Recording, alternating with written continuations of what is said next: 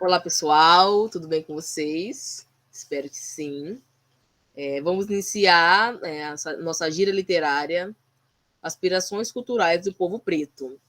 Esse é um projeto que foi contemplado pelo edital Movimentar Cultura, da Secretaria de Estado de Cultura, Esporte e Lazer do Mato Grosso. Eu sou Larissa Silva, sou a proponente desse projeto, sou uma mulher preta, mãe solo, bissexual, sou militante do movimento negro pela Unegro, faço parte também do coletivo Mulheres que Movem Juína. Atualmente sou conselheira municipal da juventude na cadeira da Juventude Negra e faço parte também do Conselho Municipal da Promoção da Igualdade Racial. Estarão presentes com a gente nessa gira a Ernesta, o Lucas, o Vitor e a Stephanie. Lucas é professor de educação básica, de história, é pesquisador e mestrando em ensino de história pela UFMT, militante do movimento negro e do movimento LGBT. Vitor, professor de biologia da educação básica, bissexual, pesquisador e estudante da luta antirracista, antimachista, anti-LGBT-fóbica, mestre em ensino da ciência e matemática pela Unemate, na área de políticas públicas educacionais. Atualmente busca associar as teorias e práticas pedagógicas com o novo ensino médio. Vou pedir para a companheira Ernesta estar se apresentando para a gente.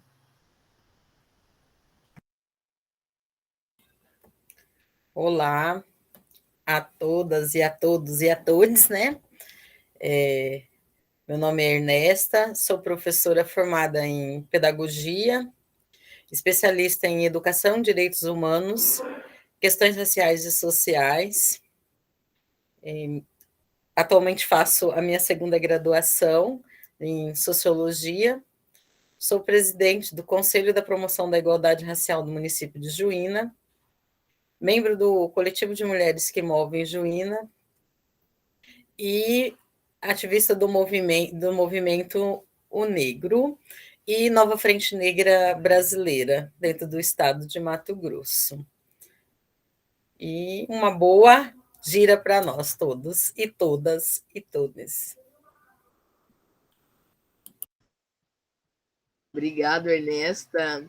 Stephanie, você pode se apresentar para a gente? Oi, gente, tudo bem? Como que estejam? Meu nome é Stephanie, tenho 17 anos e fui aluna do professor Victor. Vim a esse evento cursando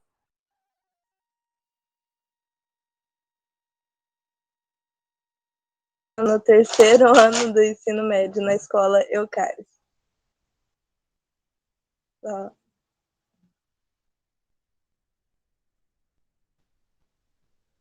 Obrigada, Stephanie. Então, gente, vou explicar um pouquinho da dinâmica de como vai ser as nossas giras. Serão 2 giras, né? Serão 2 encontros. Primeiro encontro, que é esse de hoje, né? Dia 20 de janeiro, dia de Oxóssi, né? Nosso segundo encontro será dia 2 de fevereiro, né? Dia de Iemanjá.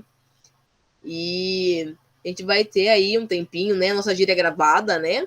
Então a gente vai ter aí um tempinho para as pessoas estarem interagindo com a gente, né? Peço aí para vocês estarem interagindo pelos comentários, né?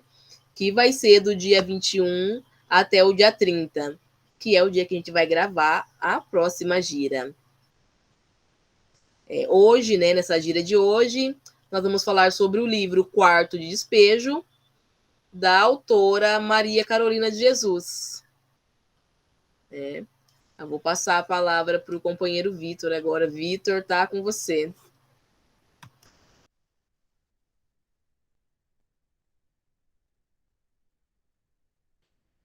Movimento em Ocorrência aqui. Olá, gente. Boa noite. Sejam todas bem-vindas e bem-vindos e bem-vindes.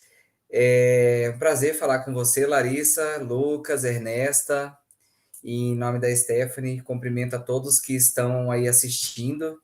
A Stephanie deu uma falhadinha, né, Stephanie? Mas assim, a Stephanie é uma futura militante da nossa obra aí, da nossa causa, e assim como outras e outros estudantes, a ideia é que a gente amplie e chegue isso em um público maior de pessoas, né?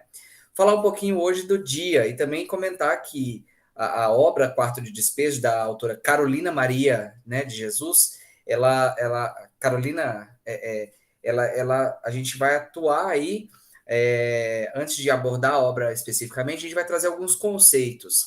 Mas antes de trazer os conceitos, vamos falar do dia de hoje. Hoje é um dia maravilhoso, hoje é um dia de muito axé, né?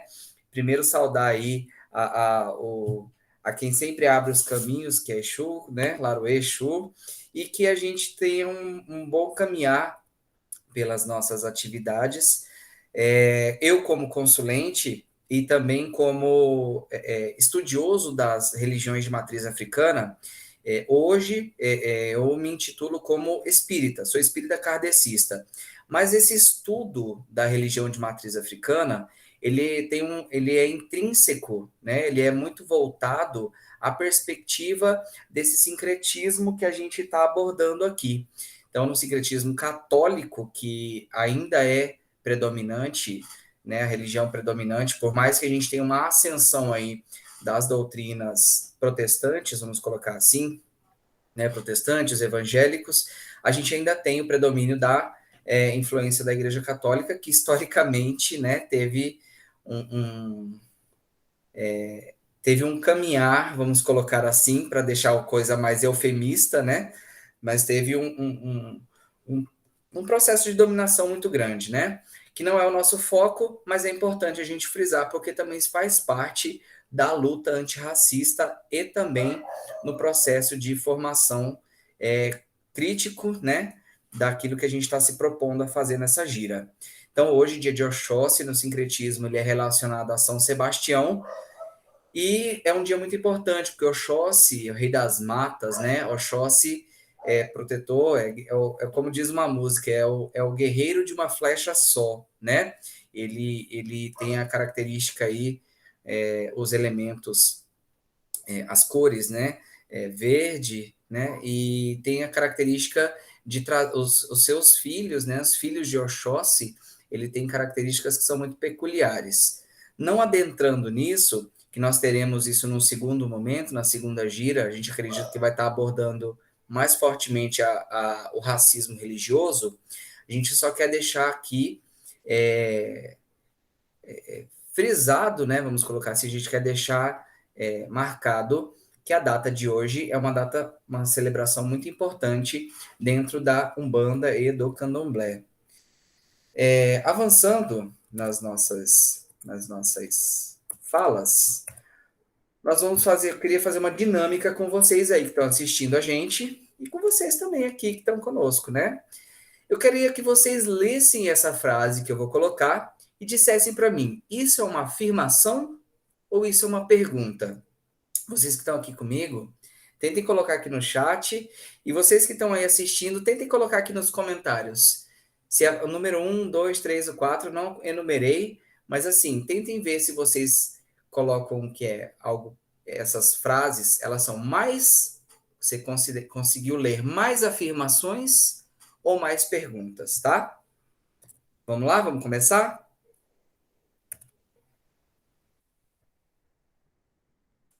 Só um minutinho, que deu um... Primeira, todos, todas e todes somos iguais. Isso é uma pergunta ou uma afirmação?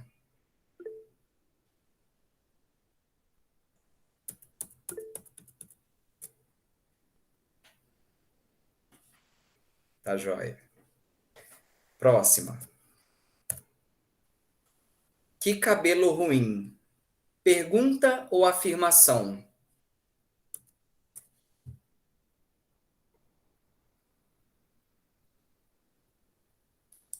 Tá joia. Se eu não possuo a pele retinta, sou negra, sou negro?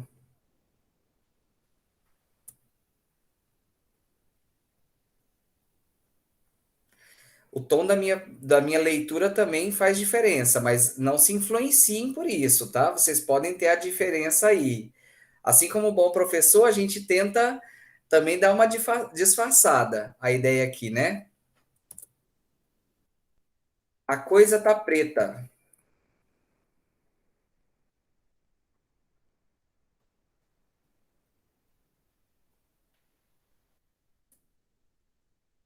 E por fim, é só uma opinião, não é racismo.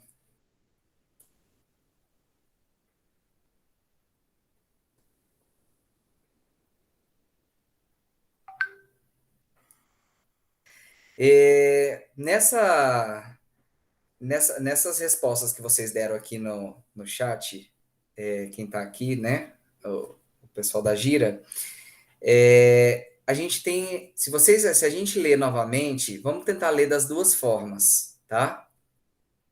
Todas, todes e todos somos iguais? Vamos ler com pergunta.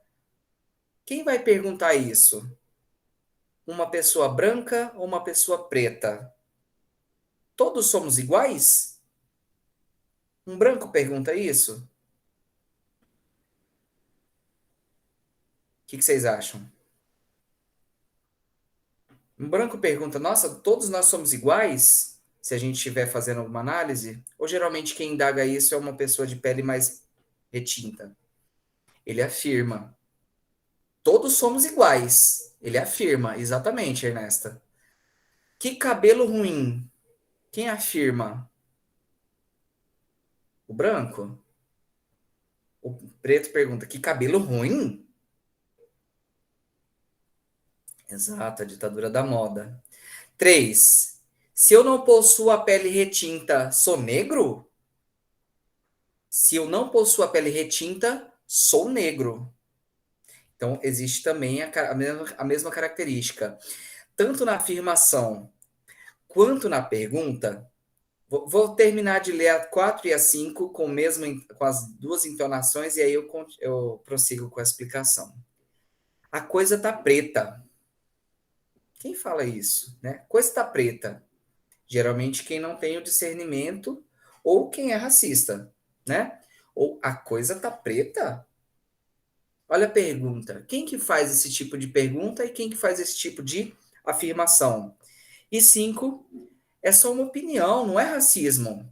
Quem faz o questionamento? É só uma opinião? Não é racismo?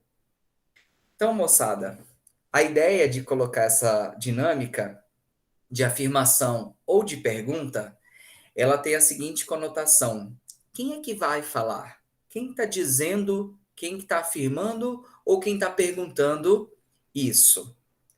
Isso se traduz muito na perspectiva de uma autora chamada Djamila Ribeiro, que aborda o local de fala.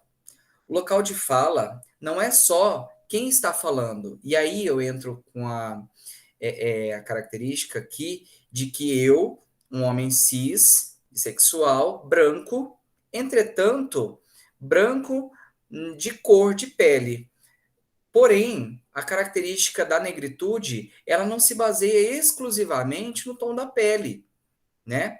Então, assim, eu não estou aqui para tomar o local da fala, no caso de Larissa, de Ernesta, de Stephanie, de Lucas. A gente está aqui para somar. Porque, parafraseando Rita Von Hunt, né? Para quem não conhece, depois dá uma clicada nos vídeos dela, que é uma indicação. Eu gostaria de que a gente pensasse que se somente suicidas falassem sobre suicídio, a gente não ia ter nenhuma linha de sobre suicídio escrito. Então, o local de fala, ele está mais no contexto de deixar com quem nunca fala, falar. Do que quem nunca comentou algo, comentar.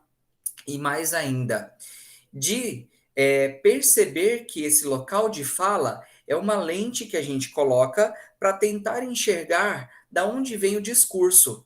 Quem falou isso tem gênero, tem idade, tem cor, tem etnia, tem religião, tem posicionamento político, até porque neutro é só shampoo, né? Se você se diz neutra ou se diz neutro, você acaba contribuindo com aquilo que é hegemônico. E hoje nós temos a característica do racismo, ela é onde a característica do povo branco de dominação sobre o povo preto. Sempre foi assim, desde a história que a gente vai trazer aqui, inclusive, com esses conceitos. Mas, antes da gente avançar na característica do contexto aqui da gira, o que é racismo, né? O racismo, de acordo com o dicionário, o racismo, ele, fazendo a leitura, é o preconceito, discriminação ou antagonismo por parte de um indivíduo, comunidade ou instituição contra uma pessoa ou pessoas pelo fato de pertencer a um determinado grupo racial ou étnico, tipicamente marginalizado ou uma minoria. Por esse motivo que existe uma bandeira aqui, LGBT. Por esse motivo a gente está com um público feminino aqui na nossa gira. Por isso que a gente tem a representatividade da nossa proponente, que é a representatividade, assim como o Lucas também, a Ernesta, né? A representatividade do povo preto. Porque nós somos minoria. Minoria no sentido da cultura hegemônica que existe e do preconceito que a gente sofre justamente até hoje, né? Justamente por sermos quem somos. Nós temos hoje uma característica que incomoda o outro, porque é o diferente. É o diferente e é algo que foi culturalmente e historicamente condenado. Condenado por pessoas que, assim como nós, têm inúmeras características, certo? Então, essa questão do racismo, ela é oriunda, especificamente do racismo, ela é oriunda do conceito de raça. E a gente vai falar um pouquinho sobre esse conceito. Voltando, só queria fazer uma contextualização. Por isso que a luta antirracista é a mesma luta antimachista e também a mesma luta anti-LGBT-fóbica. É a mesma luta.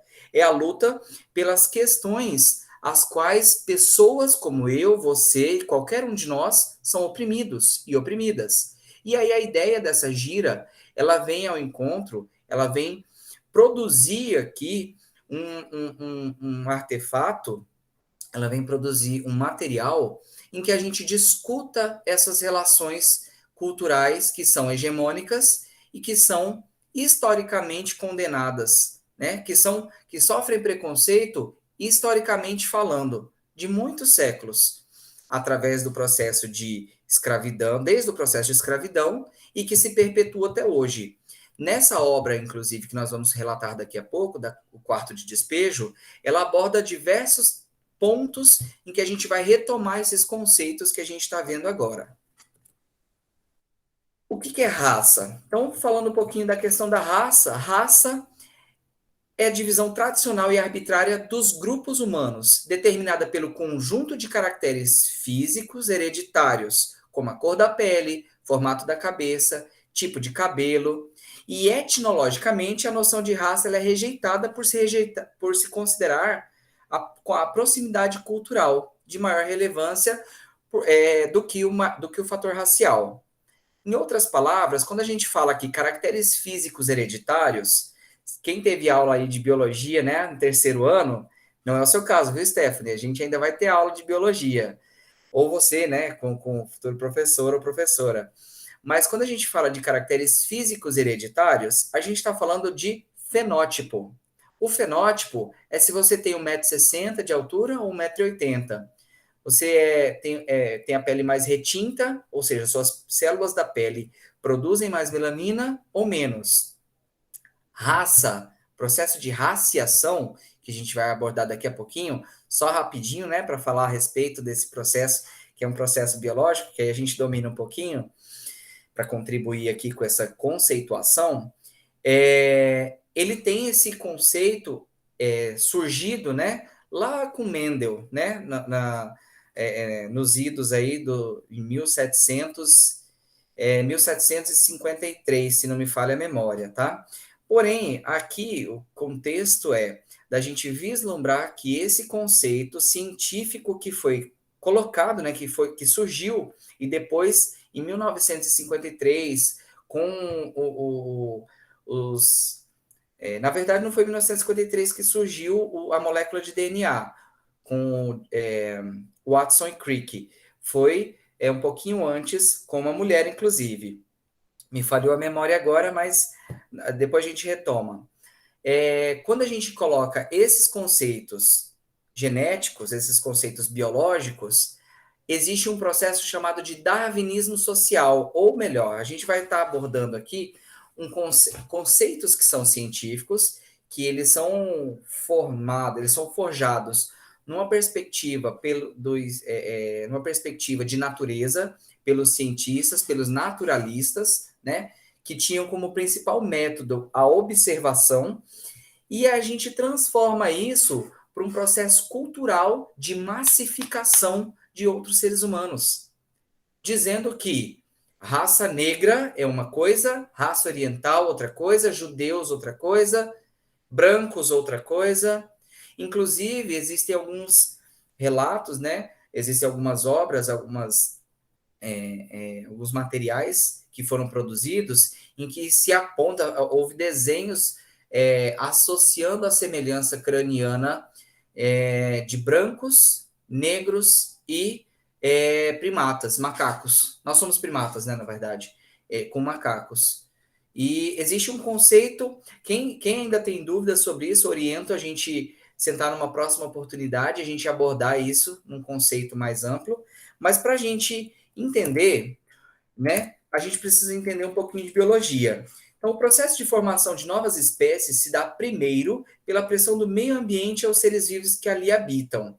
Então, a gente tem como construção da história, né, a África.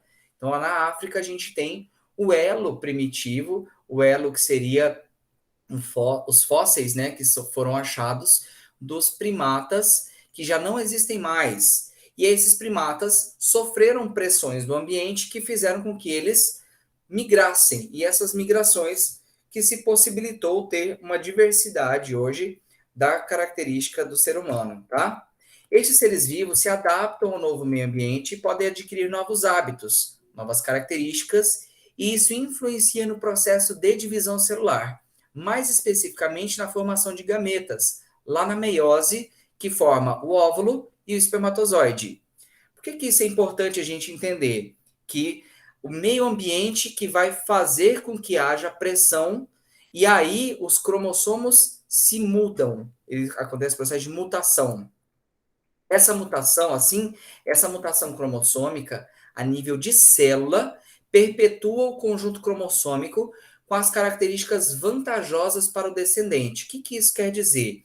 Quer dizer que, se eu tenho uma população de lambari lá na Argentina, e esses lambaris eles conseguem subir para o Rio Paraguai e outros conseguem subir para o Rio Tietê, aqueles que conseguirem sobreviver no Rio Tietê, né? Eles vão, com o passar dos anos, eles vão ganhar características diferentes. Isso envolve características morfológicas, forma, formato, cor, formato, tamanho, listras. Eles vão ganhar cromossomos de diversos tamanhos diferentes também, então vai mudar a estrutura cromossômica, que a gente chama de cariótipo, e vai, muito provavelmente depois, vai mudar também as informações genéticas. Muito bem. A partir disso, ou seja, o fato, né, ou seja, se de fato houvessem raças diferentes, no caso dos seres humanos, haveriam conjuntos cromossômicos diferentes também, né? E características marcantes distintas. Por exemplo, existiria um ser humano com 3 olhos, ou com um tamanho muito maior, um tamanho muito menor, mas existiam os pigmeus. Exatamente. Por que hoje não existe mais? Né? Por que hoje existe um ser humano com mais de 46 cromossomos? Existe, mas aí está dentro da característica das alterações cromossômicas. Por exemplo, a síndrome de Down, quem tem trissomia do cromossomo 21. Então, percebem que eu estou falando um pouquinho de biologia só para a gente voltar na questão cultural, que é do que a branquitude, né? Vamos colocar assim, branquitude não, perdão, que a raça, né, os brancos, os europeus, os invasores da América consideraram para estar inserindo aí dentro da cultura de opressão e escravidão que o povo preto sofreu durante muitos anos, né? Por fim, a ideia de eugenia, ou seja, de uma raça pura, né, é baseada em preconceito, puramente preconceito. As raças estão mais ancoradas em costumes e cultura do que em cor de pele, textura do cabelo e por aí vai, né? Quando a gente fala, nossa, que cabelo ruim, gente, meu cabelo não fala mal de ninguém, ó, tão bonzinho, né? Então, assim, quando a gente tem essa característica, quando a gente consegue conceber, entender essa parte da biologia aí, a gente vai diretamente para a luta antirracista, que é o foco da nossa gira. Então, dentro da luta antirracista, eu começo citando aqui para gente Angela Davis, que ela afirma que não basta não basta a gente lutar contra o racismo, né? A gente deve ser antirracista. Isso é muito forte, isso é muito importante para a gente perceber.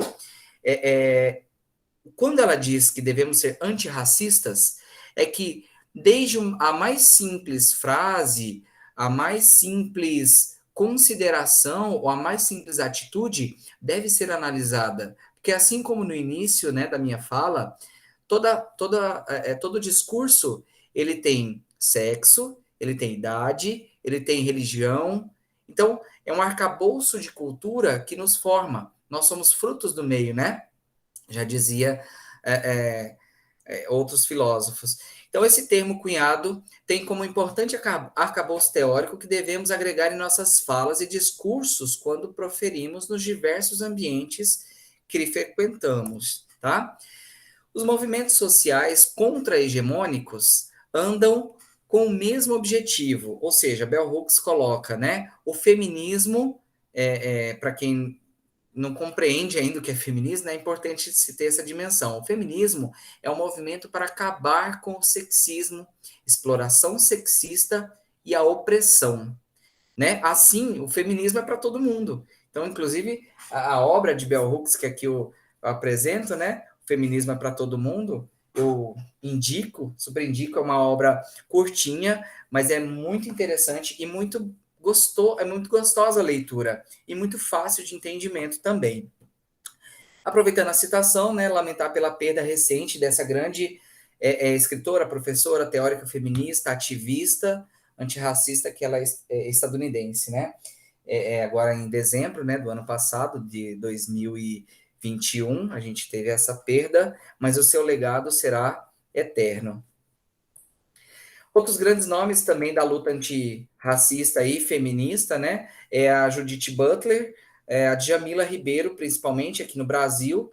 Outras autoras negras que a gente cita é a Conceição Evaristo e a Lorixá Mãe Stella de Oxóssi, entre outras, né? Aí existe um livro, inclusive, com o nome da Mãe Stella de Oxóssi, que quem foi a Salvador, quem for a Salvador, né, Lucas Ernesta, ao sair da Avenida Paralela, que ali tem, indo em direção à praia, como é o nome da praia ali, gente? Eu acho que, se eu não salvo engano, Praia Estela Maris, né? Vai se deparar ali com o obelisco, né, com uma imagem da Mãe Estela de Oxóssi, aquela avenida que segue também, dado nome a ela, tamanha é o seu reconhecimento para a população ali de Salvador, tá? Bom, falar um pouquinho da Carolina Maria de Jesus, abordar, iniciar aqui, já também passar a fala para o meu companheiro Lucas, né? Não sei se eu falei muito, se eu falei pouco, mas eu acho que eu já falei demais. Mas vamos girar fazer esse movimento de gira, né? Então, apresentar um pouquinho quem foi Carolina Maria de Jesus, né? Nascida em Minas Gerais, é uma mulher negra, né? Negra. Por que a gente frisa aqui o negra, né? Porque ela já se reconhecia como negra. E existem muitos trabalhos de percepção étnico-racial que são fundamentais para a gente compreender que a gente ainda tem, né, características marcantes na nossa cultura de étnico racial de identificação, nossa identificação étnico-racial, a gente não consegue perceber a nossa negritude devido à branquitude, né? Que aí eu tinha citado naquele momento. Nós temos uma característica que é muito singular, que muita gente usa, né, para amenizar a negritude, que é o moreno, né? Muito comum utilizado. Qual que é a sua cor? Eu sou morena, sou marrom bombom, né? Sou cor de canela. Então, isso varia muito da questão étnico-racial de identificação, né? E essa paleta de cores, ela está muito associada a essa constituição cultural mesmo que a gente considera, tá? É uma mãe solteira, né? Mãe de algumas crianças de cada uma de pai diferente, né? Ela mesmo dizia que ela não queria se casar porque ela achava um martírio, pois ela via a violência que ocorria ao seu redor, e aí isso fazia com que ela refletisse sobre o relacionamento a dois, né? Ela era semi-analfabeta, filha de empregada doméstica, e devido a uma das patroas da sua mãe, ela cursou 2 anos de estudo, fez com que ela tivesse o processo de alfabetização, mas ela era ela foi, né, uma autodidata, porque através da leitura ela era catadora de papel, e nesse processo de catar papéis, né, ela costumava fazer a leitura dessas obras, de algumas obras, né, que ela catava, que ela acabava recolhendo, ela buscava essas obras, tentava fazer ali a leitura para construir a sua obra. Especificamente o quarto de despejo, ele é publicado em 1960, né? Retratado, é um retrato, na verdade, de dentro da favela do Canindé, em São Paulo, que já não existe mais, através desses 20 cadernos em que o jornalista Audálio Dantas descobre. Na verdade, o Audálio Dantas é um jornalista que vai tentar retratar, naquele período, de 55 a 60, como é que era essa questão da favela, né? E nada do que ele dissesse seria tão real quanto os diários que Carolina Maria de Jesus havia feito durante alguns anos, né? E ao tentar fazer essa matéria, ele conversando com populares, né, com as pessoas ali ao redor, ele começou a entrevistar e aí descobriu esse material que Carolina escrevia há algum tempo, e ela sempre dizia que sim, iria publicar um livro. O cotidiano, então, era de miséria, violência, fome, e, entre outros, né, que a gente vai estar consolidando aí com algumas leituras que a gente vai buscar do fragmentos do livro e a discussão posteriormente fazendo esse processo da gira, tá? Somente quem viveu lá que consegue retratar. Esses diários possuem uma característica literária que é, ao mesmo tempo, com erros na linguagem, né? Por exemplo, né, tem algumas palavras com C cedilha, que não é, que é com SS, e assim por diante, e termos rebuscados também. O quarto de despejo, ele é o oposto da sala de estar. Então, o quarto de despejo aí, ele é retratado como um local que se despeja, né? O local que se joga, o local que é a escória da sociedade. E é assim que ela retrata a favela, né? Diferente o oposto da sala de estar, onde estão os nobres, onde está a nobreza, onde estão os brancos de preferência, né? Que é assim que também é retratado pela autora.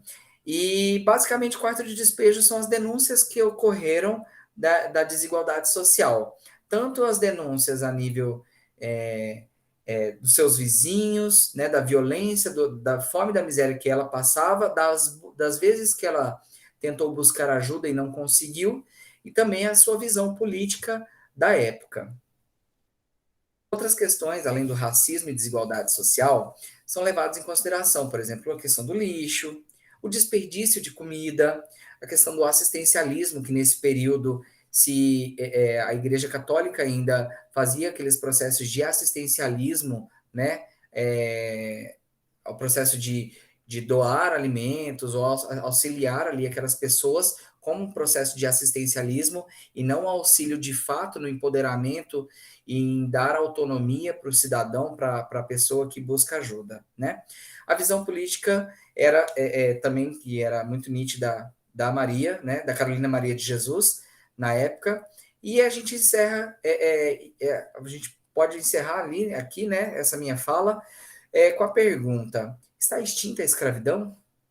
E aí tem um trecho que ela traz, né, no dia da abolição da escravatura, trazendo esse contexto. Lucas, eu vou deixar aqui para a gente mudar. Podemos?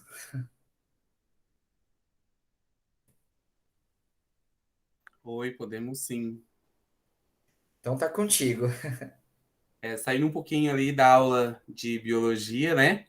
Nós vimos agora um pouquinho para a aula de história para a gente entender, então, como que vai se dar a formação desses espaços que a gente conhece como a favela, esse processo de favelização, para a gente entender um pouco a formação desse espaço e o porquê esses atores compunham aquele espaço que nós temos ali, que nós conhecemos popularmente como favela. Então, nós vamos ter ali, no final do século XIX, nós vamos ter a abolição da escravatura, que vai acontecer em 1888, e com a abolição da escravatura, nós vamos ter uma população que vai ser colocada à margem, uma população que não vai ter lugar, não vai ter moradia, e essa população acaba precisando estar próximo aos centros para conseguir emprego, para conseguir se manter, mas ao mesmo tempo ela não tem condição de se estabelecer ali próximo desses centros, de poder comprar uma casa, comprar um lugar.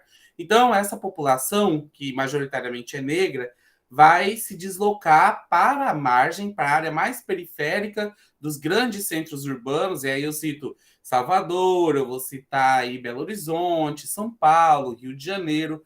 Então, essa população vai para a margem, vai para as encostas, para os morros, às beiras de rio, e ali eles vão começar a construir as suas casas, os seus barracos, para que eles possam estar perto do centro, né? O local mais perto que eles consigam estar dos centros de trabalho, onde serão ofertadas as vagas de emprego ou de subemprego que nós vamos ter naquele momento. E é assim que se começam a formar, então, as favelas. Mas ela é formada, por além disso, ela também vai ser formada pelos trabalhadores do campo. Nós vamos ter aí o início de industrialização no Brasil, nós vamos ter a mecanização do campo, e essa mecanização do campo ela vai acabar substituindo a mão de obra, né, do homem. A mão de obra humana ela vai ser pelas máquinas. Então, essa industrialização, esse avanço nas tecnologias também vai acabar proporcionando aí um êxodo rural, né, um êxodo dos trabalhadores rurais ali já nos anos 20, e eles vão começar também a se direcionar para a cidade, para os meios urbanos, a fim de encontrar emprego. E esse inchaço, esse crescimento populacional urbano, ele também vai ser desenfreado. Como eles também não conseguem se realocar ali nos centros, eles vão buscar as populações mais à margem, e a gente vai ter a composição do segundo maior grupo que vai compor essas favelas, né? E aí, por fim, a gente vai ter a instalação de muitas indústrias nos centros urbanos. A gente está vivendo um momento no Brasil que a gente está explodindo a industrialização. E essa industrialização vai acontecer principalmente ali no primeiro eixo econômico brasileiro, que vai ser a região sudeste, principalmente na cidade de São Paulo. E isso vai acabar atraindo trabalhadores do Brasil inteiro, né? Vai acabar promovendo um fenômeno migratório dentro do Brasil, trazendo as pessoas das mais diversas regiões, dos sertões brasileiros, para que essa população venha conseguir uma vida melhor, melhores condições de vida ali no Sudeste. E é nesse contexto que a Carolina está inserida, né? Nós vamos ter Canindé, a primeira favela, ela vai ser uma favela muito grande, que ela não vai ter muita administração naquela região, ela é uma área de desassistência pelo governo, são poucos os momentos em que nós vemos o governo praticando algum tipo de assistência a essa região, né? Sempre com muitos objetivos por trás, e ela está inserida nessa sociedade, que é uma sociedade que vai ser descendente de pessoas escravizadas, é uma sociedade que vai estar sempre recebendo novos moradores do norte, do nordeste. Ela relata sempre, né, os nortistas, os baianos, os pernambucanos, e aí ela vai sempre relatar, então, essas pessoas que estão sempre chegando. A gente consegue perceber, então, como que essa industrialização ali do eixo sudeste vai fazer com que as pessoas mais carentes das regiões do norte, do nordeste, venham para o sul, para o sudeste, atrás de emprego, melhores condições de vida, e acabam caindo ali na favela, o quarto de despejo daquela cidade e tudo mais. Então, essa é mais ou menos a formação de como se dão as favelas, é a formação ali da favela do Canindé, e que ela sempre vai retratando os moradores. A gente consegue perceber de onde eles vêm.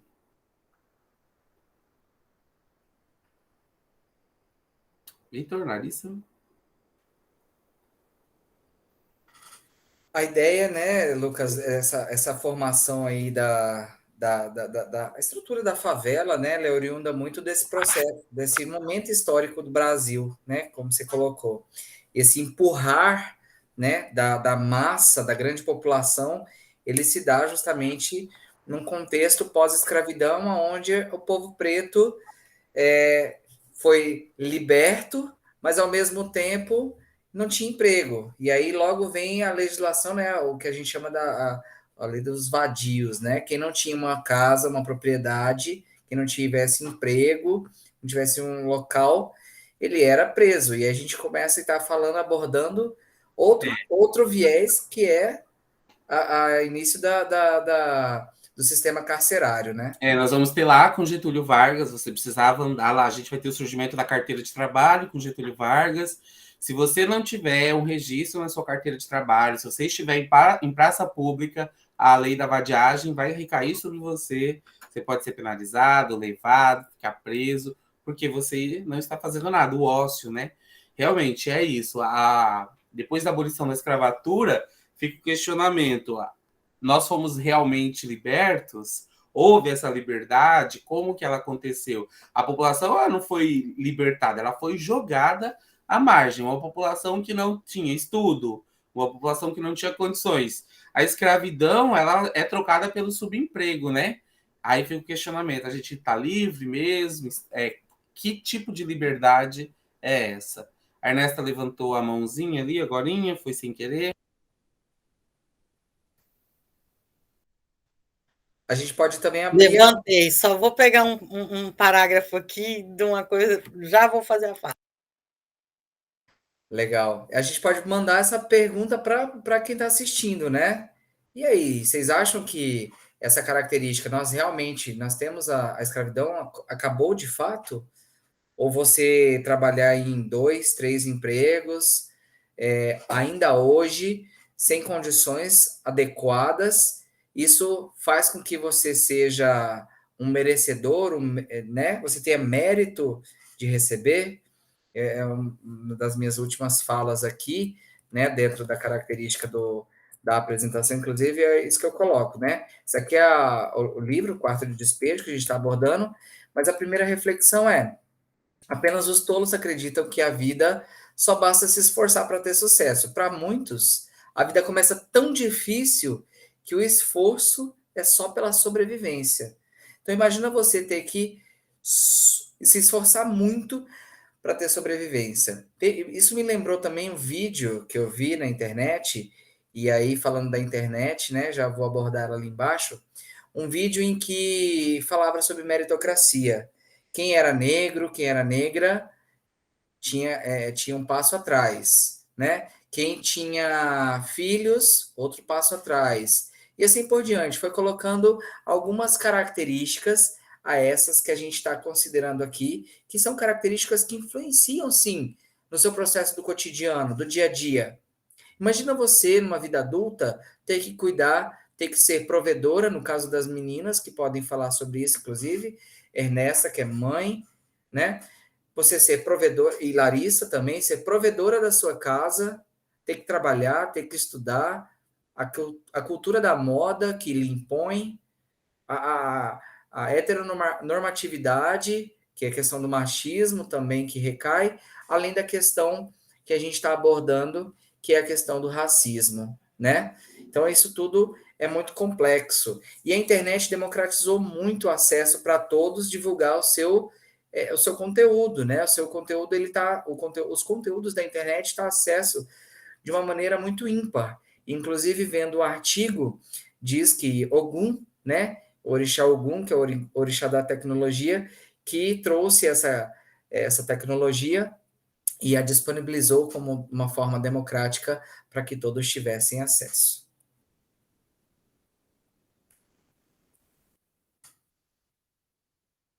Nesta? Certo. Primeiro, eu quero agradecer a aula de biologia e a aula de história e pegar as minhas anotações aqui que eu fiz. É muito interessante, sabe? E desafiador quando se chama para o debate, eu vejo essa urgência como professora, a necessidade de nós falarmos sobre nossas autoras brasileiras, sobre nossas autoras negras, sobretudo as brasileiras. Em um determinado momento, eu fui convidada para participar de um evento no qual a gente iria falar sobre questões raciais. E aí era para escola. E nós conversamos bastante, eu citei várias das nossas autoras, né? E daí, na hora da rodada de pergunta, né? Um aluno me disse assim: mas eu não vi você falando de tal autora, né? Não me recordo se foi Simone de Beauvoir, que é mais bem conhecida, e Frida Kahlo, né? Bastante conhecida no movimento feminista, né?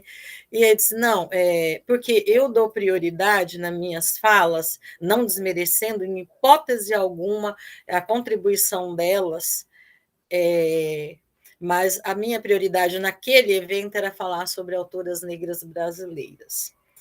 E aí a gente precisa falar dos nossos autores e autoras negras brasileiros, que foram invisibilizados devido a um processo histórico racista, né? Estrutural racista. E aí nós tivemos Angela Davis, quando teve no Brasil, ela dá um soco no estômago da gente, né? Que ela fala bem assim, palavras de Angela Davis. Eu me sinto estranha quando sinto que estou sendo escolhida para representar o feminismo negro. E por aqui no Brasil, vocês precisam buscar essa referência nos Estados Unidos? Eu acho e aprendo mais com Lélia Gonzalez do que vocês poderiam aprender comigo. Entende? Então, Angela Davis veio lá dos Estados Unidos para falar sobre o feminismo negro quando nós temos aqui as nossas autoras. Nós temos Lélia Gonzalez, nós temos Janila de Beiro, nós temos Conceição Evaristo, nós temos as autoras aí, Carolina Maria de Jesus, que ela vem rasgar o que a maioria, o que é uma mulher preta, pobre, favelada e mãe solo. Ela, no livro Quarto do Despejo, é tão contemporâneo a gente ler o Quarto do Despejo, ele é tão contemporâneo que ele dialoga com tantas realidades que a gente vive hoje. O que ela passou lá na época e o que a gente está vivendo hoje, mas com uma outra roupagem, uma nova roupagem. Então, é interessante a gente debater essas autoras e fazer esse diálogo. Eu vou retornar lá no início da fala do Vitor, quando o Vitor fez a pergunta, quando o Vitor falou a coisa está preta, né? Então, a coisa está preta, que ele fez, é uma pergunta ou é uma afirmativa? Então, essas são várias, a coisa da preta, cabelo ruim, dentre outros, são várias expressões racistas que a gente, ela está tão impregnada no nosso vocabulário explicitamente racista ou não estritamente racista, porque a gente tem que entender que o conhecimento não chega para todo mundo no mesmo tempo. Você pode ver que às vezes a gente pode pegar pessoas negras retintas, não tão retintas, reproduzindo. E a gente fala assim, não posso alegar desconhecimento com o advento da internet. A internet também, ela existe os seus fatores sociais que distancia as pessoas de ter um bom acesso à internet. Recentemente eu falava com o meu filho disse assim, meu falecido esposo, ele era cego de um olho e tinha uma deficiência na mão. Então, ele não enxergava de um olho e tinha uma deficiência na mão. O dedo dele, ele sofreu um acidente de trabalho quando jovem, não difere, que era um jovem negro, periférico, que virou estatística, né? E aí ele foi estatística no decorrer da história dele, se tornou documento estatístico, né? E aí ele tinha uma deficiência na mão, devido ao trabalho na infância, cortou o dedo e tinha uma deficiência na mão. Aí meu filho veio, mãe, há tanto tempo, se a gente soubesse naquela época, né? Pai poderia ter acesso a isso, aquilo. Falei, meu filho, olha, guarda bem uma coisa. Quem detém o conhecimento detém o poder. Imagina, isso recente, não tem muito tempo. Não tem muito tempo. A gente não tinha esse conhecimento. Por quê? Porque a gente não tinha acesso à internet, a gente não sabia, porque a internet foi democratizada muito recente. Então, muitas coisas acontecem, hoje eu vou falar, mas está escancarado.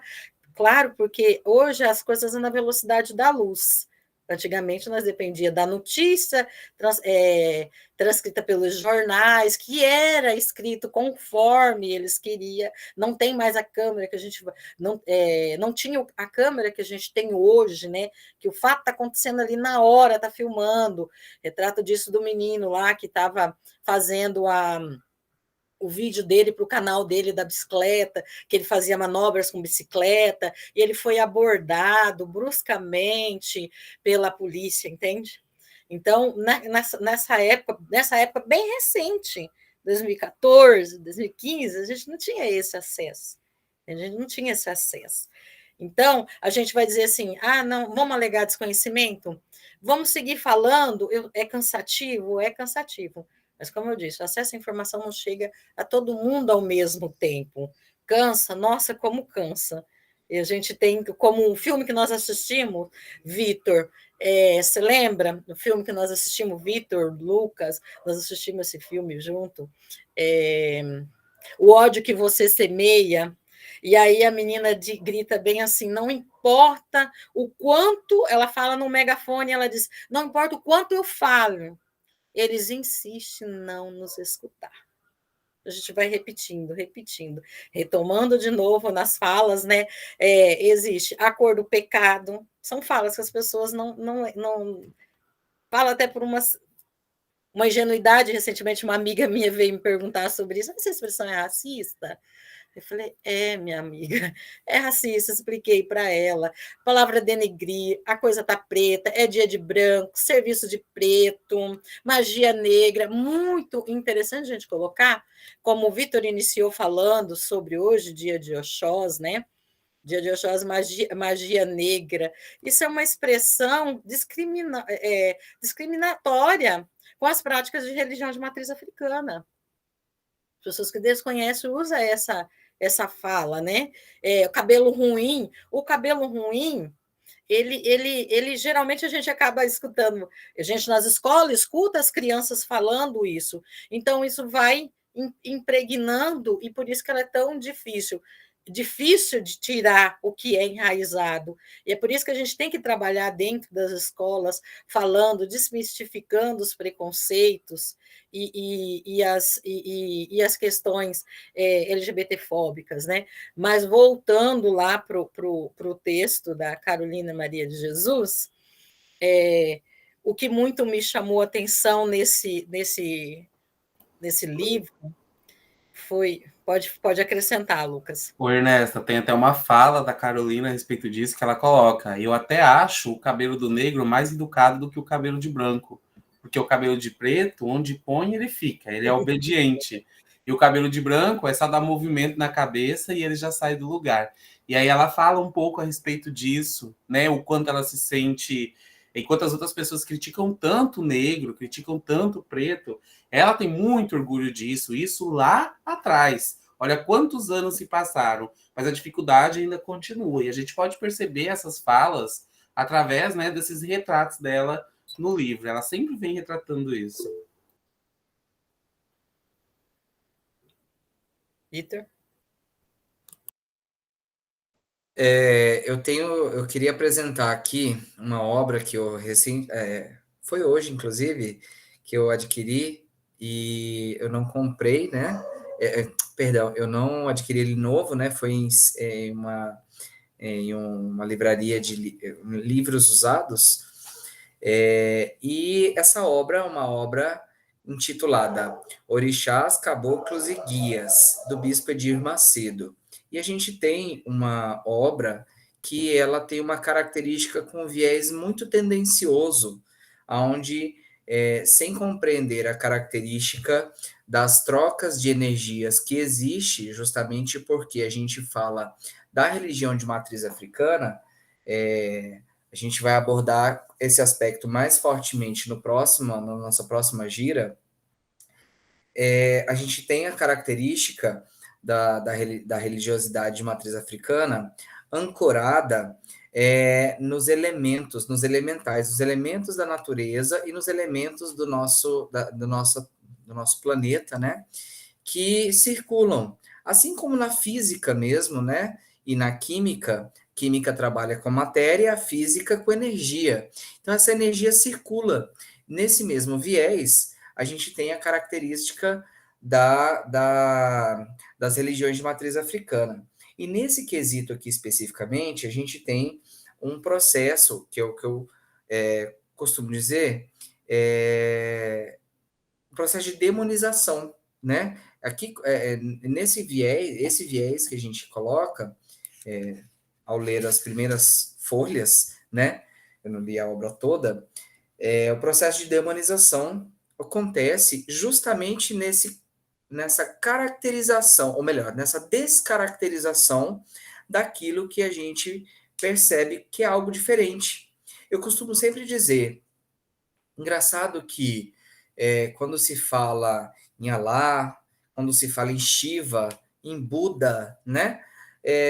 Ou se a gente tivesse reunido presencialmente e entrasse uma mulher de burca, né? Todo mundo ficaria olhando, né? Reparando que é algo diferente. Então, quando a gente fala aqui na luta antirracista, e alguém fala, não, preconceito não existe, racismo não existe no Brasil. Não só no Brasil, mas existe no mundo, né? Nós temos aí uma luta que é antimachista, antirracista, a nível de planeta, a nível de mundo, a nível de culturas diferentes. Obviamente que eu não moro no Japão, mas não quer dizer que eu também não tenha que lutar. E para isso que existem os órgãos internacionais, para fazer essa luta. Por isso que é tão importante a gente compreender esse momento. Quando você diz, Ernesta, para a gente também fazer essas considerações a nível de escola, eu gostaria de contribuir, e não somente na escola, mas na escola, na padaria, no mercado, no bate-papo do barzinho, porque muita gente vira para mim hoje e fala assim, vai começar a problematizar. Sabe quem é que fala isso para mim? É quem ali atrás começa a praticar preconceito contra uma pessoa de pele preta, contra um homossexual ou uma homossexual, contra uma pessoa que tem religiosidade diferente. Ou seja, uma pessoa que, no meu ponto de vista, o conceito ainda não chegou ainda, não foi alcançado.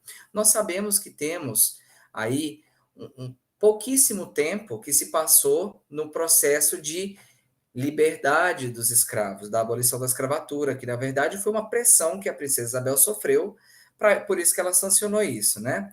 Mas, enfim, voltando nessa perspectiva da luta, a ideia de militar, e vou até aproveitar que foi uma pergunta de Stephanie, né, de agorinha a pouco, a ideia de ser militante, ela não é militar, e que foi Ernesta que respondeu, A ideia de ser militante não é a gente vestir uma camisa e sair pela rua, mas isso pode acontecer, isso é ativismo. Mas sim abordar com propriedade, né, saber o que está falando sobre isso que causa morte e que causa tanta dor no povo preto, no povo LGBT, nas mulheres. Então, assim, a gente compreender que existe o processo de dominação é muito importante. A gente compreender o problema é muito importante. Já dizia Einstein, quando você formula uma pergunta bem feita, bem formulada, é meia questão respondida. Então, é importante que a gente debata, mas para além de ser importante, é fundamental que a gente tenha argumentos e que saiba o que significa cada um desses argumentos.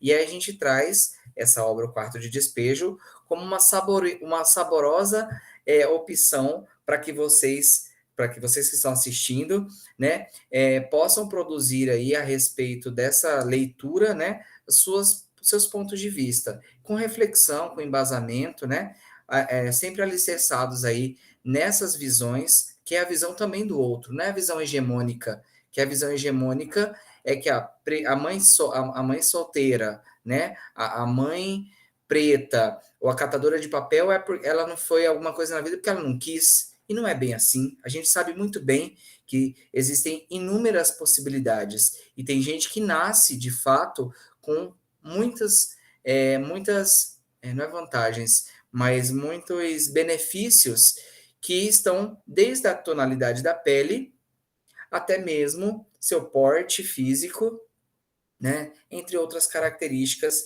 que coloca outros seres humanos na nossa frente, à frente daquilo que a gente está aqui buscando. E dizer que isso existe é muito importante. Não que nós queremos ser melhores que ninguém. A luta feminista, a luta antirracista é para que não exista mais isso, para que não exista essa diferença cultural. Haja vista que raça não existe.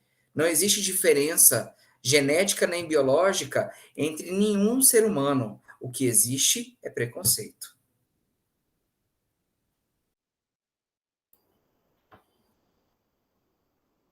Retomando ali a fala da Ernesta, quando ela coloca que a informação não chega de forma igual para cada um, eu coloquei até aqui no chat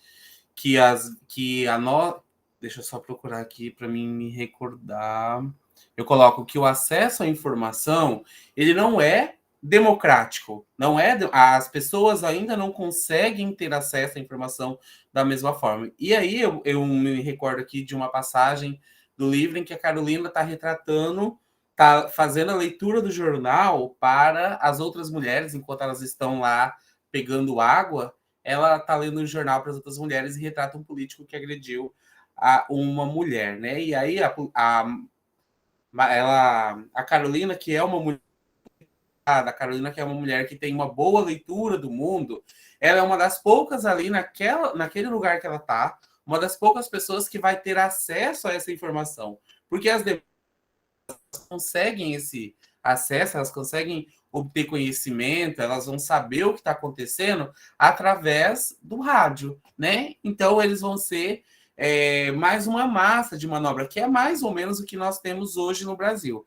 A maioria das pessoas hoje, elas leem, mas elas não compreendem, elas não conseguem fazer uma leitura daquilo que elas estão lendo. Ali, no Quarto de Despejo, a Carolina retrata uma situação, né, que as pessoas dependem muitas vezes dela para que ela leia o que está acontecendo nos jornais, para que eles tenham acesso. E aí, pensando aqui nessa fala da Ernesta, pegando gancho na fala dela, eu acho que é bem isso, né? O acesso à informação, ele nos é negado desde o primeiro momento, desde o momento em que eles chegam no Brasil, as pessoas escravizadas chegam no Brasil, né? E aí isso acaba se tornando um evento cíclico, porque lá eles não tinham acesso à informação. Quando essa população é colocada à margem, eles também não vão ter acesso à informação, porque eles não têm leitura, porque eles não têm a vivência de algumas situações, e aí a informação é direcionada. Então, o que a massa vai saber? É essa informação. E aí poucos vão ter acesso à leitura, poucos vão conseguir entender o que está atrás da... Aliás, não é que poucos conseguirão entender. Algumas pessoas, no caso da Carolina, como ela já é uma pessoa letrada, ela tem um diferencial, né? E ela acaba sendo muitas vezes a porta-voz para a população que está ali, porque ela consegue ler o jornal, então ela recebe mais informações. Ela lê de tudo que ela tem, ela acaba recebendo muito mais informações. E isso é exatamente isso que a Ernesto está colocando, né? Porque as pessoas não têm acesso à informação. Mas quem não tem acesso à informação? Quem é a população que está sem esse acesso? Vai, Ernesto. Exatamente, Lucas. Quem é essa população? E aí reflete ali na pergunta que o Vitor fez, né? Acabou a escravidão no Brasil? Eu sempre faço uma indagação, né? Hoje a gente saca, a gente escolhe as correntes a qual nós queremos nos aprisionar, né? Será que aboliu? Será que aboliu? Ou será que vamos escolher, ou se podemos escolher as correntes? Tem um trecho no livro em que ela fala assim: cato o papel, estou provando como vivo, estou residindo na favela, mas se Deus me ajudar, hei de mudar daqui. Espero que os políticos extinguem as favelas. E olha o que é a favela hoje. Mudou alguma coisa da favela, do sonho dela? Qual é o corpo assassinado, as nossas crianças mortas, os nossos jovens mortos, aonde eles estão? E qual é a cor desses jovens que estão morrendo na favela, né? E aí um outro detalhe que me chama muita atenção. Eita, acho que está passando a carreata aqui pela buzinada. Ernesto, esse povo aí é apenas o excludente de ilicitude. É apenas Sim, excludente de ilicitude. Não importa. São vidas que não importam. Exatamente, que associa ali na lei de combate a drogas, né? Eu não me recordo agora o artigo, mas dependendo do local e a situação em que o sujeito está, pode ser considerado, né? É interessante. Mas aí isso se retrata ainda lá nos Capitães do Mato, né? Não mudou muita coisa. Exatamente, onde tudo inicia, né? Onde tudo se inicia lá nos Capitães do Mato, lá onde a gente tem uma medalha, né? Mas é um assunto para outro. É basicamente para ver que a história ela é cíclica, né? Algumas coisas são muito similares ao que já aconteceu. Ela não volta, mas ela é cíclica, de certa forma. Eu costumo dizer para os meus alunos de magistério o seguinte: uma frase que aprendi com você. Um povo que não conhece a sua história estará banalizando toda a luta. Exatamente. E também estará fadada a cometer os mesmos erros. Então, eu sempre faço isso nas minhas aulas de história com meus alunos. É interessante falar sobre. E aí, o que a gente veja ali, retomando, que a gente dá uma fugida, volta, e faz parte, né, da contextualização. Uma parte que me chamou muita atenção, principalmente sobre ser mãe preta, mãe solo, moro num bairro periférico, né? O que me chama muita atenção também é uma parte que ela diz: há casas que têm 5 filhos e a velha é que anda o dia inteiro para pedir esmola. Aí ela coloca: há mulheres que os esposos adoecem e elas no penado da enfermidade mantêm o lar. Os esposos, quando vê as esposas manter o lar, nunca mais sara. Então, olha só como ela retrata ali, mesmo sem saber os termos que a gente usa, mas já existente, hoje tem seus termos lá, academicista, né? Mas a violência que a mulher sofre. A violência que a mulher sofre, a pendura da mulher negra, pobre, periférica, porque a gente sabe ali dentro da ditadura da moda, a mulher negra sempre vai ser como é o retrato de Carolina Maria de Jesus, que teve um filho, que tem um filho com cada pai, Hoje eu passei essa, eu sou mãe de 4 filhos. Quando passavam 1, 2, 3, 4, é tudo do mesmo pai? Sempre essa pergunta era certeza, e até hoje é certeza. E as pessoas não sabem como isso incomoda, que diferença faz. Qual é a diferença faz? Entende? Aí também nós tivemos um outro debate uma vez, né, Lucas, em relação falar é fácil, quero ver, pegar e assumir, e pegar na mão e sair por aí, né? Que é o que boa parte das mulheres negras passam, principalmente as que têm filhos. Aí a gente vai encontrar.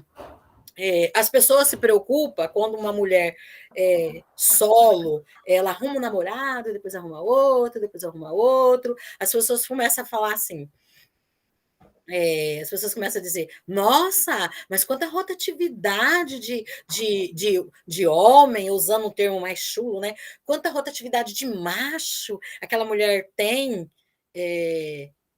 Ai, mas isso, se ela tem filho, né?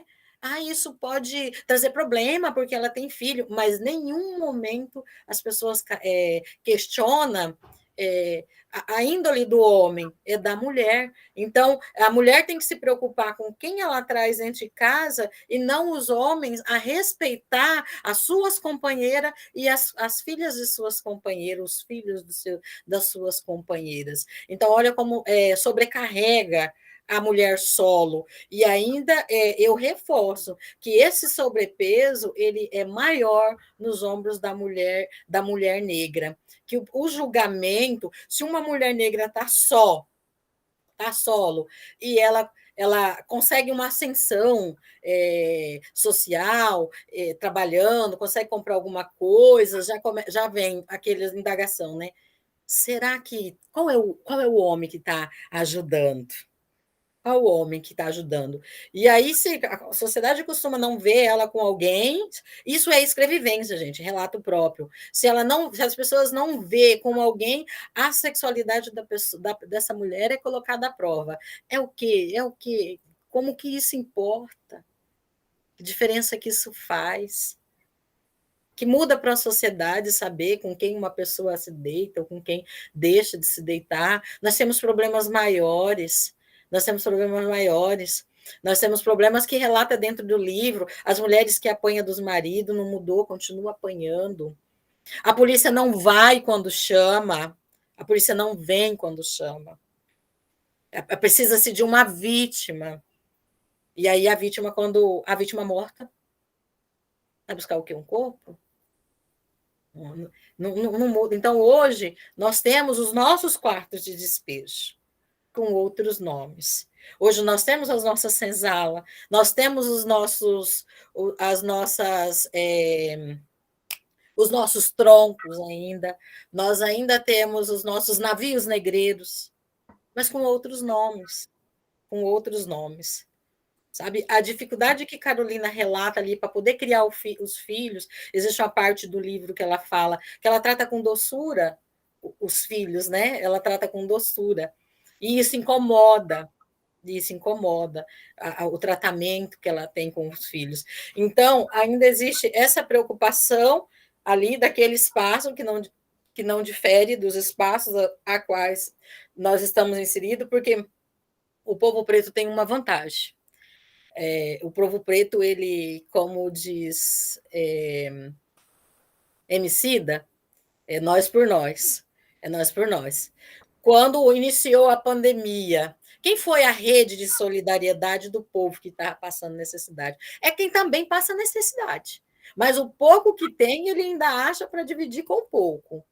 Com quem não tem nada. Então, a ausência do Estado e a presença da rede de solidariedade de pessoas pessoas que têm suas necessidades um pouco mais supridas do que aqueles que não têm praticamente, que não tem nada. E isso, gente, já passa a sua fala, Lucas, e isso, Carolina Maria de Jesus, isso em São Paulo. Estou falando da nossa realidade aqui em Juína, aqui onde nós estávamos, a nossa rede de solidariedade, nossa rede de apoio, um segurando a mão do outro, um ajudando o outro, em período pandêmico. Nós que somos da área da educação, nós sabemos o que aconteceu com os profissionais da educação quando iniciou a pandemia.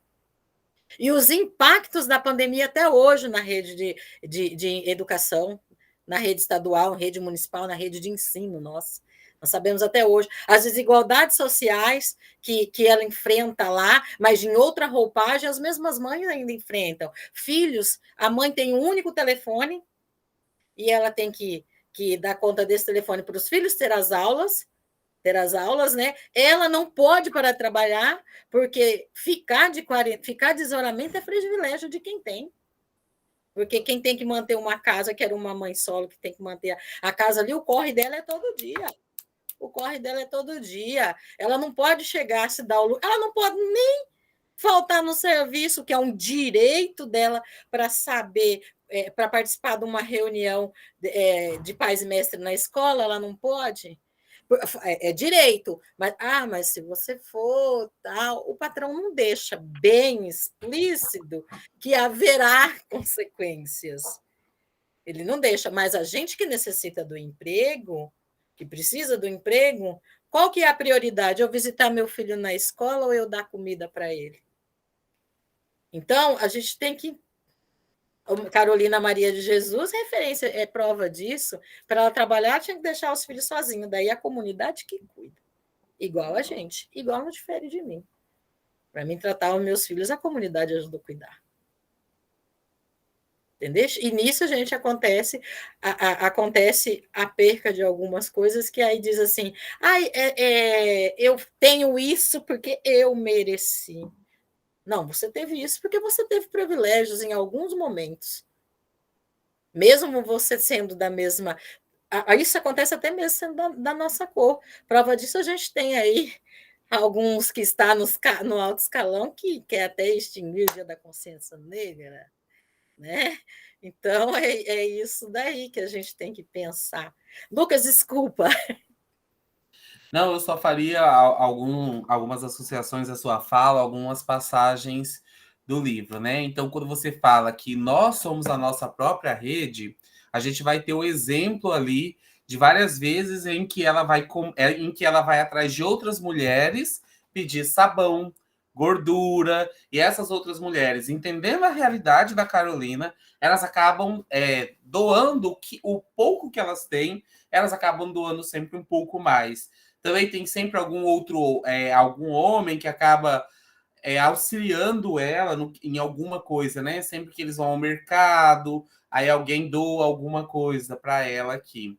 E quando você fala também a respeito dessa rede, a gente percebe que ela sendo uma catadora de lixo, existe muito esse amparo de um pelo outro. Então ela vai comprar papéis, mas aí ela encontra um pouco de ferro e tem uma criança comprando ferro. Ele precisa mais do que ela. E ela cede para que ela tendo 3 filhos em casa, ela acaba cedendo para ele porque ele está com fome. A gente percebe crianças que estão ali catando lixo para sobreviver e a gente percebe essa rede de solidariedade. Porque somos nós por nós. E isso já não é de hoje. Isso já vem de muito tempo. Ela vem retratando.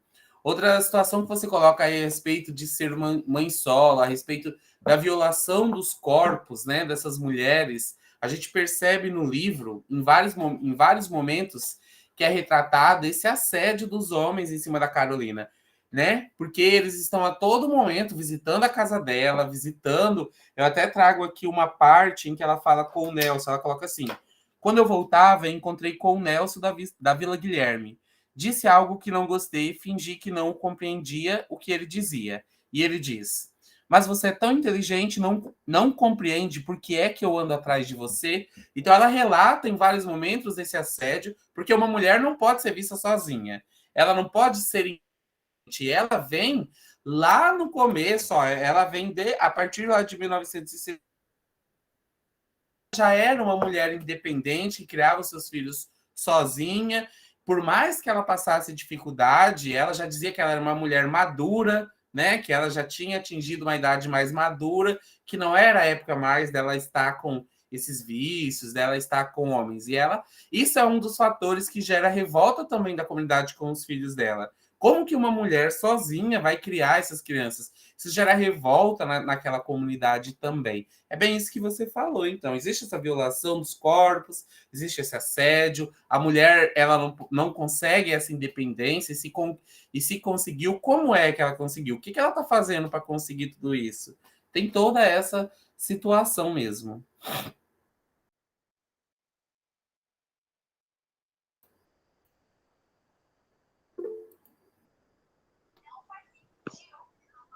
Então, bora interagir um pouco, né?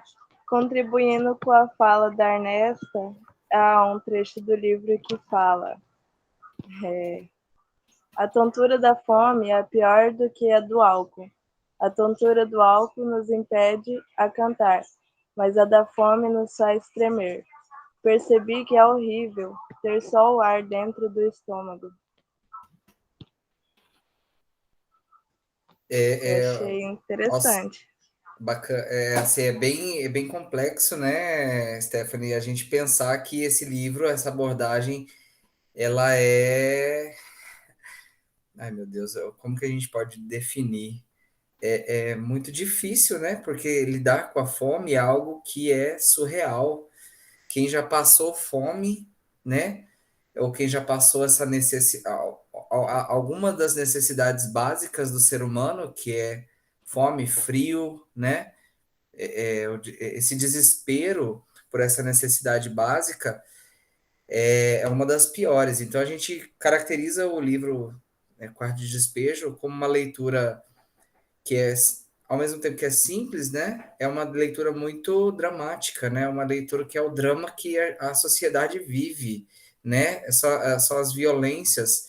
Eu não estou conseguindo encontrar o adjetivo correto, se vocês conseguirem me auxiliar, mas é a leitura que vai transitar pelas situações as quais, de fato, nós vivenciamos, né? Vou fazer uma citação também que eu achei que é muito interessante dentro daquilo que Ernesta falou, né? Que e que o Lucas também comentou de recolher gordura, que ela ia pedir gordura, né? Enfim, ia pedir as coisas da casa das pessoas para tentar fazer um mexido lá, uma sopa para os seus, né?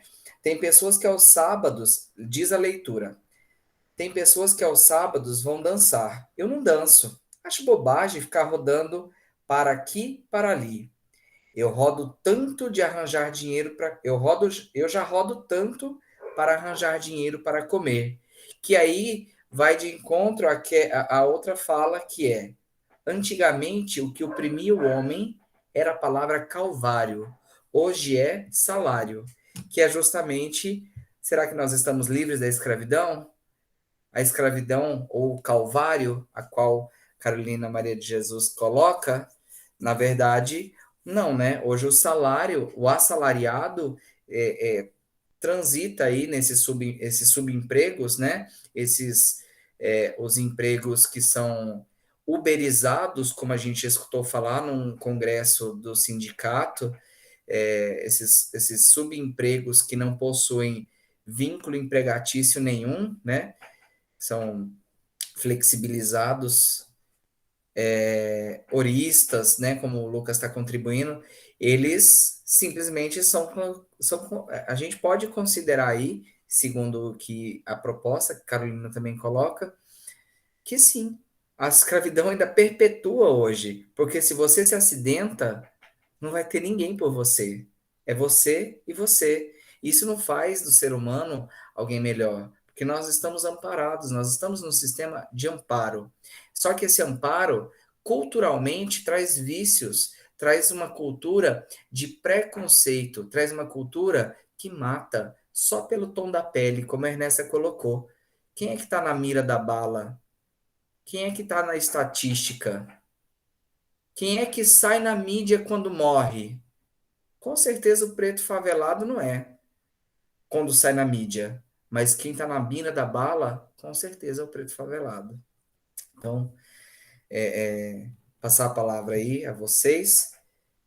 E ali, fazendo um gancho ali na fala também, voltando ali da companheira, Stephanie, Carolina fala no livro que a fome tem cor, né? E a cor é a amarela.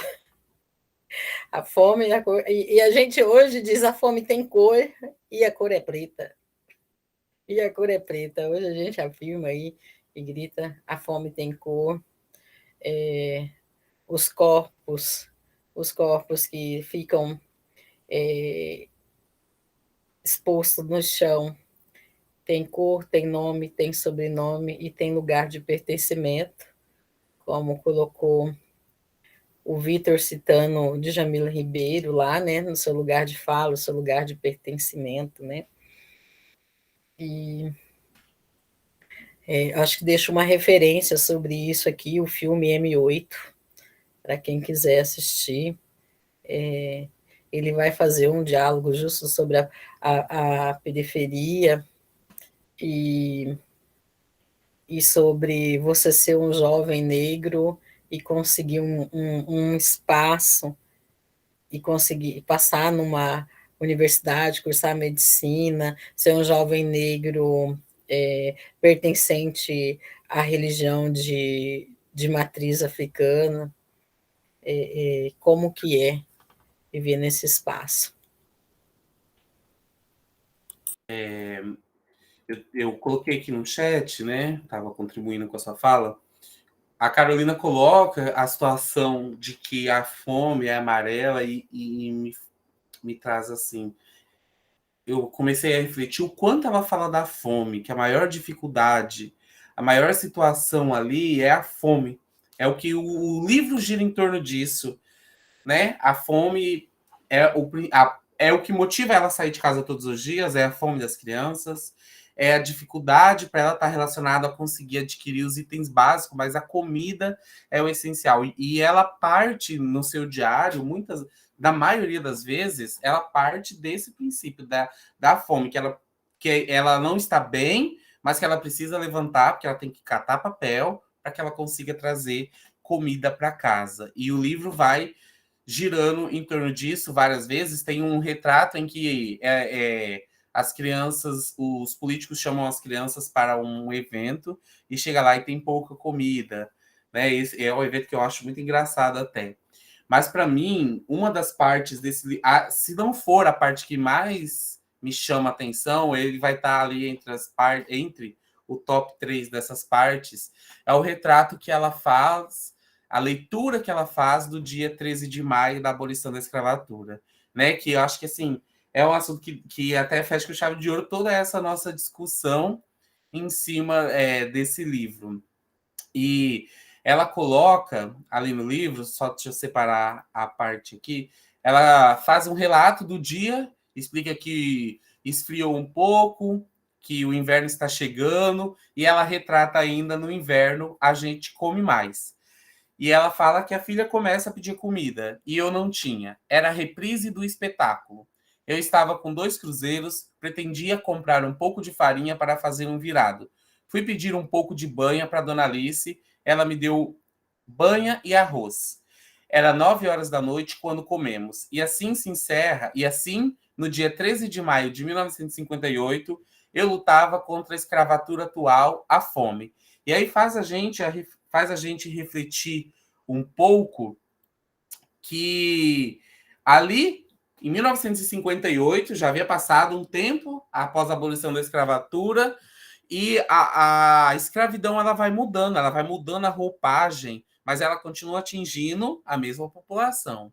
E esse relato da Carolina, para mim, é um dos mais importantes. Ele me faz refletir todo esse livro. Para mim, ele se resume nessa última frase dela, que hoje eu luto contra a escravidão da fome. Para mim, ele faz uma menção direta com o que a gente está vivenciando hoje. Hoje, nós ainda temos fome. Temos fome de direitos, temos fome de melhor qualidade, a gente tem fome de comida também, porque é só olhar lá no mercado o valor que as coisas estão. A gente tem fome. Aí nós passamos por uma pandemia que a nossa população continua passando fome.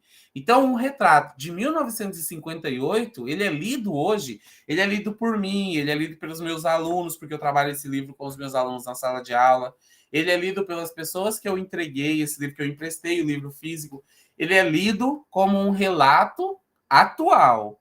Esse relato é um relato de hoje. O livro que a Carolina escreveu, né, todos esses anos, esse relato que ela coloca aqui em 13 de maio de 58 é o relato que eu ouço da boca dos pais quando eles vão lá na nossa escola. Quando um pai me dizia assim no ano passado, como é que eu vou ter 2 máscaras para o meu filho se eu não tenho dinheiro para comprar um sabonete para ele lavar as mãos? De que servem 2 máscaras? Isso é fome. Então, assim, a Carolina, ela é muito contemporânea. Isso é um livro que ele perspassa todos esses anos. Ele é atemporal. Ele retrata o nosso dia a dia de hoje. Então, para mim, esse é um dos retratos mais importantes que nós temos no livro.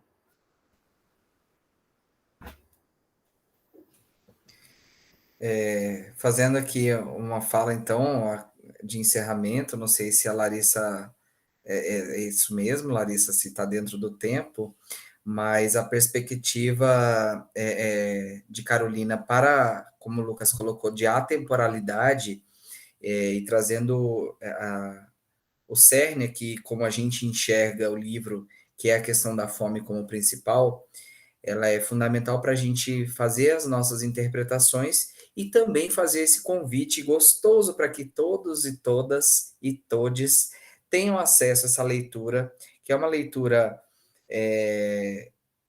vamos colocar, uma leitura que retrata de fato a sociedade com todas as mazelas, com todas as dificuldades que uma mulher preta, né, da pele preta, mãe solteira, viveu numa favela, né, catadora de papel, e tudo isso que Ernesta e Lucas, né, Larissa, Stephanie, a gente está pensando aqui para trazer para cada um de vocês que está aqui, né, junto conosco assistindo, e que de antemão já peço, né, se possível, que deixe o seu comentário para que a gente tenha interação. Se você não tiver acesso, a gente vai deixar o link para tentar disponibilizar esse livro em PDF aqui embaixo também, junto com a possibilidade dessa leitura. Eu, assim, dentro dessa perspectiva do diário, eu, como biólogo, né, eu também saliento a questão do lixo, né, que é fundamental, e essa questão também da política pública, né, que ela vem fazer denúncias. Então, os diários dela são denúncias dessa, além obviamente, que a principal questão é a fome, mas ela faz esses relatos, que é uma forma de denúncia, né, de tudo isso que aquela população às margens da sociedade paulista, né, que é um grande centro, processo de urbanização, como o Lucas explanou no início, vem relatar, né? Então ela vem fazer essas denúncias, denúncias de que médicos, que políticos, que pessoas que estavam que estavam no poder, simplesmente viraram as costas. Nada parecido com hoje, né? Nada contemporâneo também. Então, assim, a gente tem que trazer essas reflexões numa possibilidade de transformar essa reflexão, como diz o termo, né, em ação, né? E também quero comentar que o livro Quarto de Despejo, ele é solicitado para algumas faculdades, né, para algumas instituições, e que a busca pela internet também faz com que a gente veja outros vídeos que falam sobre, especificamente sobre a obra. Essa gira literária, ela tem a perspectiva, sim, de fomentar a leitura, mas, para além disso, ela tem a perspectiva também de abordar outras características da luta antirracista.